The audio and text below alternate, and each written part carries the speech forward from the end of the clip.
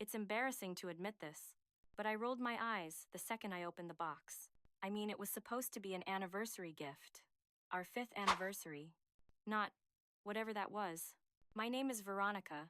I'm 34, and I guess you could say I didn't handle it well. Daniel, my husband, sat across from me at our small dining table, the one with the scratch on the leg from when we moved in. He had this hopeful, almost boyish look on his face, like he just handed me the moon wrapped in a little blue bow. But it wasn't the moon. It was a locket, a small, silver, heart-shaped locket on a delicate chain. It wasn't even sterling silver, I could tell by the flat, dull sheen. It looked like something a teenager would buy his first girlfriend at a mall kiosk. Don't get me wrong. I'm not some monster who expects diamonds dripping from every limb, but for 5 years of putting up with his modest salary, his quiet, predictable life, his belief that experiences were better than things, I thought maybe he'd finally get it. Something thoughtful, something memorable, something that showed he saw me. The real me. Do you like it? He asked. His voice was soft, and I could see the earnestness in his eyes. He was trying so hard to read my face, and I was trying so hard to arrange my features into something resembling pleasure. I failed. I tried to fake a smile, but it felt like cracking plaster. Yeah, it's cute, I said. The word cute hung in the air between us, small and insulting. I couldn't hide the tone. You know the one. The tone that says, I am lying through my teeth and I want you to know it. His face fell. Just collapsed. The light in his eyes flickered out, and in its place, a familiar wave of guilt mixed with searing frustration washed over me. I didn't want to ruin the night. But I couldn't help thinking, why does he always do this? Daniel knows I like nice things. I'm not subtle about it. The pages of magazines left open on the coffee table.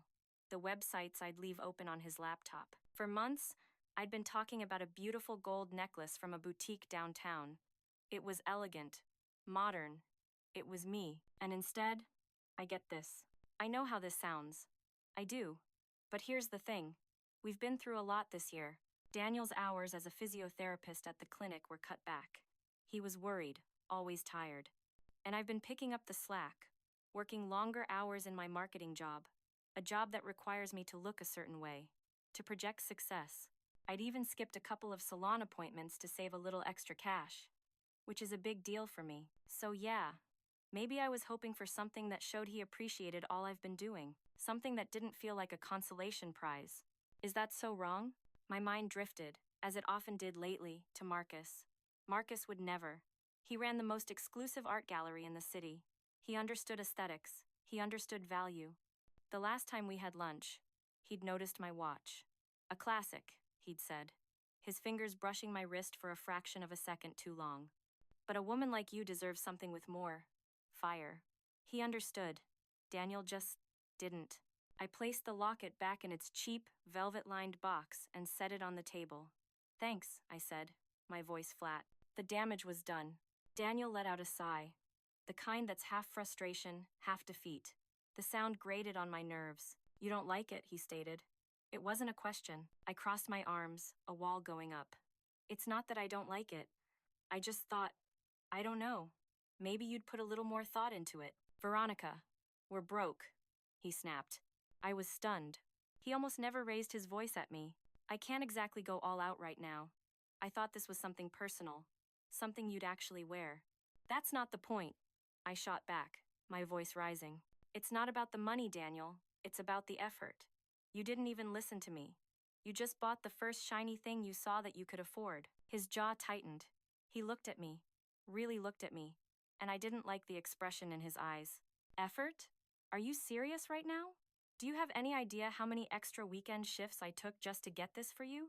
Just to afford something? Something halfway decent? Halfway decent is right, I muttered under my breath, and that's when the match hit the gasoline. You know what, Veronica? His voice was sharp now, cutting. I can't win with you. No matter what I do, it's never enough. You're always focused on what you don't have instead of what you do. I stood up, pushing my chair back with a scrape. Maybe if you stepped up for once, I wouldn't have to point out what's missing. The words left my mouth, and I knew, instantly, that they were a low blow. I saw the impact on his face. It was like I'd physically struck him. His expression hardened, and he leaned back, looking at me like I was a stranger. "Step up," he said slowly, his voice dangerously quiet. "I've been doing everything I can to keep us afloat. Meanwhile, all you care about is your next handbag or your next trip to the salon. God forbid you actually care about me for once." That shut me up. For a second, I just stood there, staring at him, completely caught off guard. We'd argued before, plenty of times. But this felt different. It felt final. Like something had cracked between us, and there was no putting it back together. I didn't know what to say, so I did the only thing I could think of. I stormed off to the bedroom and slammed the door behind me. I lay on the bed, staring at the ceiling, my heart hammering against my ribs. Angry, guilty, confused, all at once. Part of me expected him to follow, to apologize, to make things right, like he usually did. He was always the one to smooth things over, to be the bigger person. But he didn't. I could hear him in the kitchen, clearing the dishes. The clatter of plates was loud, deliberate. Each sound was like a punctuation mark in an argument we were no longer having out loud. He was making a point. "Fine. Let him." I replayed the argument in my head, twisting his words, recasting myself as the wounded party. How could he throw our financial problems in my face like that? On our anniversary? He was supposed to make me feel cherished, not like a burden. Lying there in the dark, I thought about the life I could have had. The men I dated before Daniel. Men with ambition, with resources. Men who wouldn't think twice about buying a gold necklace. I chose Daniel, for his kindness, his steady nature. Or so I told myself. Now, those qualities just felt like weaknesses. His kindness felt like an inability to fight for what we deserved. His steadiness felt like a lack of drive. And for what? A cheap locket and a fight that left me feeling more alone than ever. I didn't sleep much that night. He never came to bed. When I woke up, the sun was streaming through the blinds, and his side of the bed was cold and untouched. The house was eerily quiet. I went to the kitchen for coffee. The locket was still sitting on the table, its box slightly ajar, mocking me. I ignored it and grabbed my phone. Are we really going to let one fight ruin our anniversary? Let's talk. I sent the text. I waited. An hour went by. Nothing. 2 hours. The silence from my phone was deafening. This wasn't like him. Even when we fought, he was never the one to give the silent treatment. He'd always come back, ready to talk things out, to find a compromise. But this time felt different. It felt like he was done. By noon, my anxiety had boiled over into pure, unadulterated rage. How dare he just walk out? Who does that? Sure, I wasn't exactly graceful about the gift, but was that really enough to just leave? I needed someone to back me up. I called Sophie. She picked up on the second ring. "What's wrong?" she asked, her voice full of concern. I let it all out. The whole story, painted in strokes that made me the tragic heroine. He gave me this cheap locket for our anniversary, and when I tried to talk to him about it, he completely blew up on me. He just left, Soph. He's not answering my texts. There was a pause on the other end of the line. I could almost hear her choosing her words carefully. "Okay," she said slowly. "What exactly did you say to him, V?" He hesitated. "I just told him that I thought he could have put more effort in. I mean, it's not about the money, you know? It's about showing that you care, that you listen." "Right," Sophie said, but her tone was skeptical. "And how did he take that?" "He got defensive," I snapped, pacing my living room. "He made it all about how hard he's working and how I'm ungrateful. Like I'm supposed to just settle for whatever scraps he decides to throw my way. It's not fair, Sophie. I do so much, and I don't ask for much in return." "Uh-huh," she said. I knew that tone. She was holding back. "Look, V, I'm not saying you're wrong to feel disappointed, but maybe you could have handled it differently? You know Daniel's been stressed out." "I don't want to hear it," I cut her off. "He's stressed? What about me? I'm the one holding everything together while he mopes around about work. The least he could do is show some appreciation." Sophie sighed. "Okay, but what are you going to do now?" "I don't know. He's ignoring me." "He'll come home," she said, though she didn't sound entirely convinced. "Just maybe take a breath before you talk to him. Think about what you really want." I hung up, more irritated than comforted. She didn't get it. No one did. Everyone always saw Daniel as some kind of saint. This quiet, hard-working guy just trying his best. But what about me? I was trying too. Trying to build a life that felt like more than just scraping by. The afternoon wore on. Still no word from him. The anger was a hard knot in my stomach, but underneath it, something else was creeping in. Panic. If he really wanted to end this, I'd be screwed. I wasn't blind to how things worked. If we split up, I wouldn't get much. He didn't have a lot of money. No hidden savings. No family trust to fall back on. The thought of trying to survive on my own paying for this apartment, the car, everything, it made my stomach turn. No. Getting divorced wasn't an option. He wasn't going anywhere. Not if I had anything to say about it. My anger cooled, replaced by a cold, sharp resolve. He drove me to this. He was the one who walked out. He was the one who wasn't trying hard enough. I picked up my phone again. My fingers scrolled through my contacts. Past Daniel's name. Past Sophie's. They stopped on Marcus's. My thumb hovered over the call button. Then I switched to messages. Long day, I typed. Could really use a drink with a friend. I hit send before I could second guess myself. The reply came back in less than a minute. My thoughts exactly. My place. 7 p.m. A wave of something: relief, excitement, guilt washed over me. Daniel had made his choice by staying silent. Now, I was making mine. Marcus lived in a part of the city where the buildings had names, not numbers. His apartment was on the 12th floor, with a view that stretched all the way to the harbor. It was all glass and chrome and dark wood, smelling faintly of expensive cologne and old books. It was the kind of place I felt I belonged in. He opened the door wearing a dark cashmere sweater and a smile that was both charming and predatory. "Veronica, you look like you need this," he said, handing me a glass of deep red wine without even a hello. He was right. I let him lead me to the sprawling leather couch that faced the wall of windows. The city lights twinkled below us like a carpet of scattered jewels. "Bad day?" he asked, settling beside me. Not too close, but close enough that I could feel the warmth radiating from him. "Bad anniversary, actually," I said, taking a large sip of wine. It was smooth and rich. Nothing like the cheap bottles Daniel and I bought at the supermarket. And so I told him. I gave him the edited version, of course. The version where I was the long-suffering wife, and Daniel was the thoughtless, emotionally distant husband who had stormed out over a minor disagreement. Marcus listened patiently, his eyes fixed on my face. He nodded in all the right places. He didn't interrupt. He just absorbed it. When I finished, he reached out and placed his hand over mine on the couch cushion. "He doesn't deserve you," he said, his voice a low murmur. "He doesn't see what he has." It was exactly what I needed to hear. The words were a balm on my raw, frayed nerves. He squeezed my hand gently. "A woman like you should be celebrated, not placated with trinkets." The contrast between this moment and the scene at my own dinner table last night was staggering. Here, I felt seen, appreciated, desired. With Daniel, I felt like a line item on a budget he couldn't afford. We talked for hours, or rather, I talked, and he listened. We had another glass of wine, then another. The sharp edges of my anger and panic began to soften, replaced by a warm, reckless hum. When he leaned in to kiss me, it didn't feel like a betrayal. It felt like an inevitability. It felt like coming home. I didn't get back to my apartment until late the next afternoon. I walked in, half expecting Daniel to be there, ready for a fight. But the apartment was empty. He'd been home, though. A small duffel bag was gone from the closet, and the locket was no longer on the dining table. Good. That made this easier. I had my game face on. I'd spent the morning rehearsing my lines. I would play the part of the remorseful wife, just long enough to get him back under control.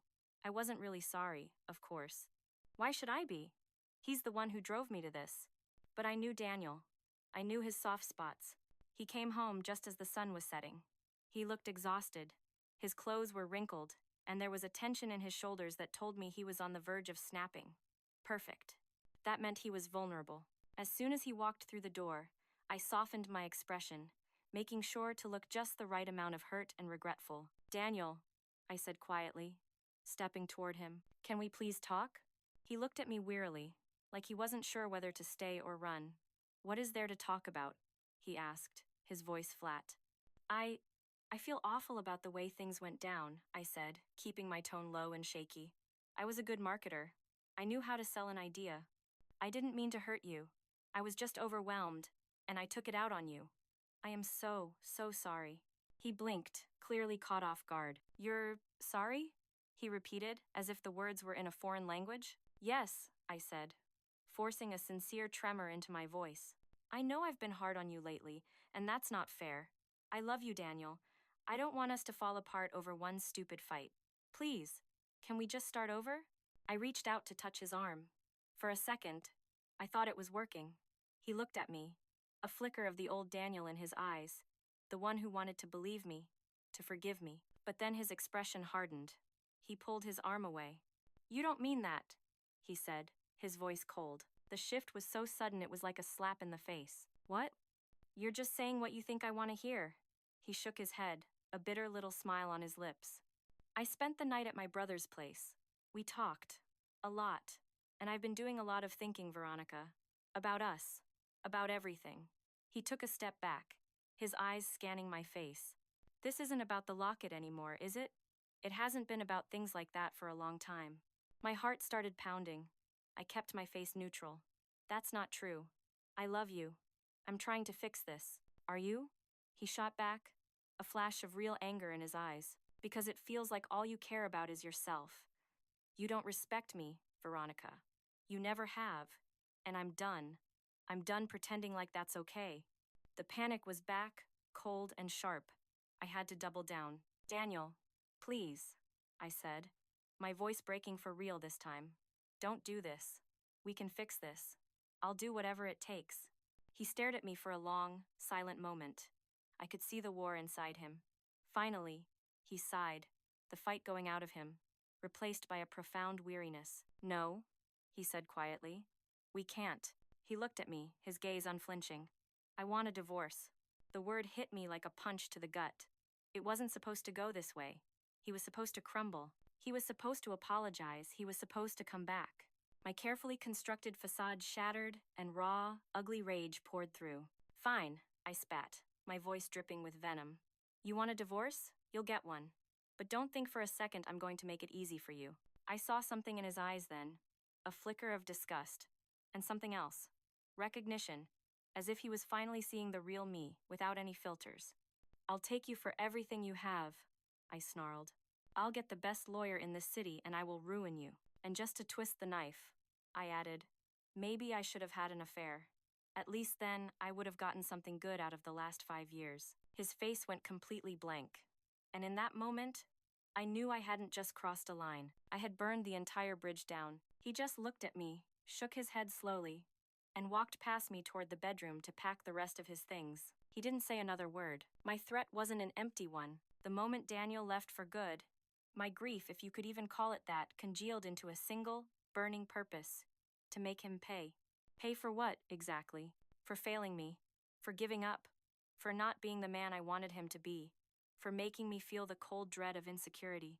For forcing my hand. I hired the most ruthless divorce lawyer I could find. A woman named Evelyn with sharp suits and an even sharper smile. In our first meeting, I laid it all out. I want the apartment, I said, my voice steady. I want the car. I want spousal support. I want to make his life as difficult as possible. Evelyn listened, her pen tapping a rhythm on her leather-bound notepad. The apartment is a rental, she said calmly. And the car is a 5-year-old sedan. As for his savings, there isn't much to take, Mrs. Hayes. I don't care, I insisted.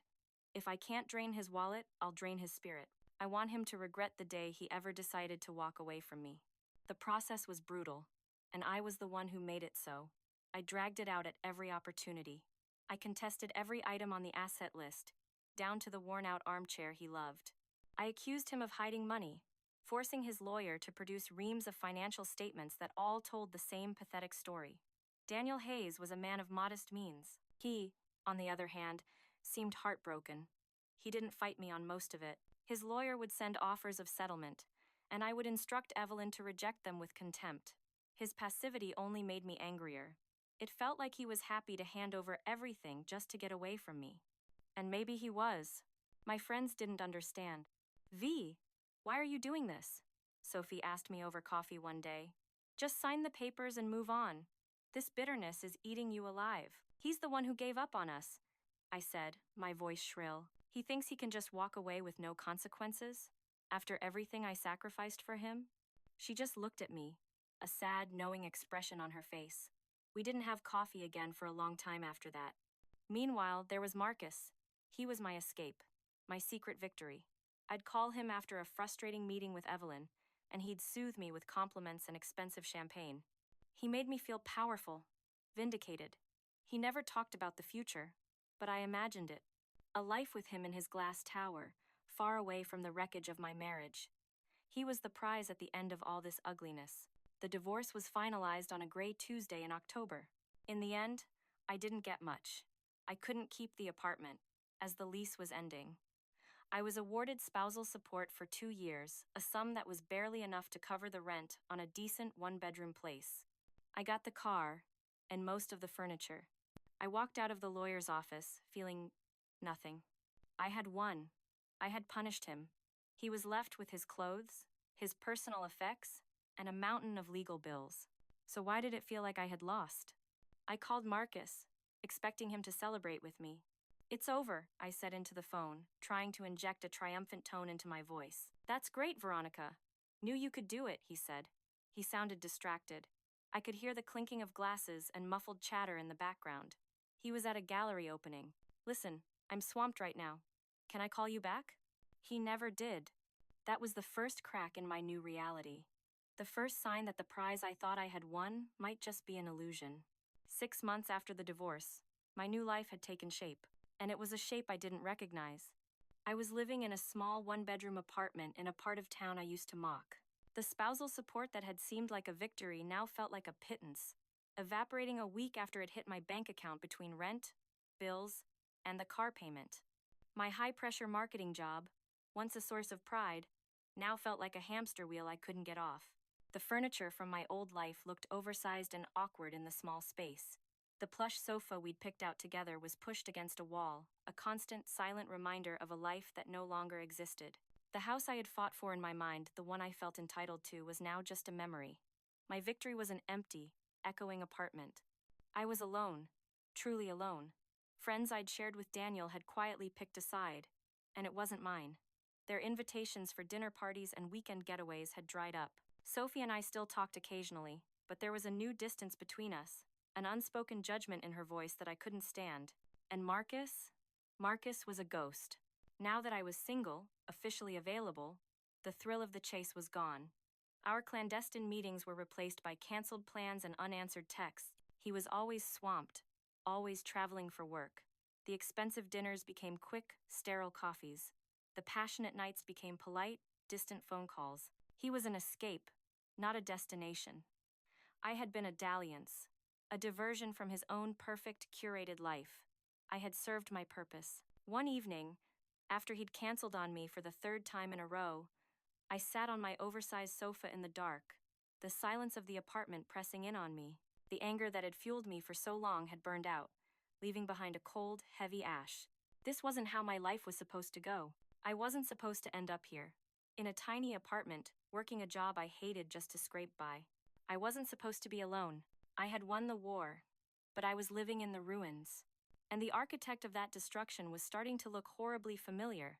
Every time I looked in the mirror, I saw her staring back at me. It happened on a Thursday night.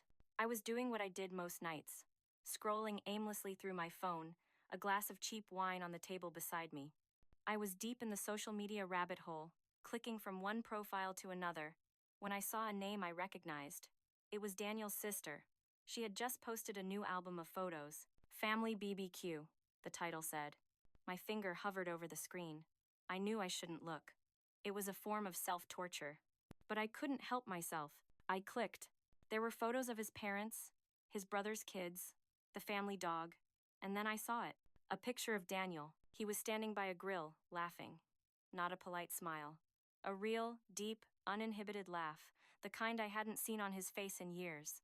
His arm was around a woman. She wasn't a supermodel. She wasn't dripping with jewels. She was just pretty, in a natural, effortless way. She had long, dark hair tied back in a messy ponytail, and she was wearing jeans and a simple t-shirt. She was looking up at him, and the adoration in her eyes was unmistakable. My stomach churned with a toxic cocktail of jealousy and rage. I clicked on her tagged profile. Her name was Chloe. She was a veterinarian. Her feed was filled with pictures of rescued animals, mountain hikes, and blurry, happy photos with friends. There were more pictures of her and Daniel, holding hands at a farmer's market. covered in mud after a run with a golden retriever, looking happier and more at peace than I ever remembered Daniel being with me. It didn't make sense. How could he move on so quickly? And with her? What did she have that I didn't? I tried to tell myself she was probably just like me, fooled by his nice guy act. I tried to find flaws, to sneer at her simple life, her lack of ambition. But deep down, I knew that wasn't true. The truth was staring at me from the bright, glowing screen of my phone. He hadn't been incapable of happiness. He had just been incapable of happiness with me. I had demanded gold, and he had offered me his heart in a simple silver locket. I had thrown it back in his face. She had clearly seen the value in the man, not his wallet. She loved him for his kindness, his steadiness, the very things I had come to despise as weaknesses. The realization hit me with the force of a physical blow. A ton of bricks. I had lost. Not the divorce. Not the apartment. Everything. Daniel had moved on. He had found happiness. And I was stuck here, bitter and alone, in a small apartment filled with furniture that didn't fit, scrolling through the life I could have had if I had been a different person. I shut my laptop and leaned my head back against the sofa. The silence of the room was no longer just quiet. It was an accusation. The weight of it, all the choices, the words, the deliberate cruelty crashed down on me. This wasn't Daniel's fault. It wasn't Marcus's fault. It wasn't the world's fault. This was my reality. And for the first time, I had no one left to blame but myself.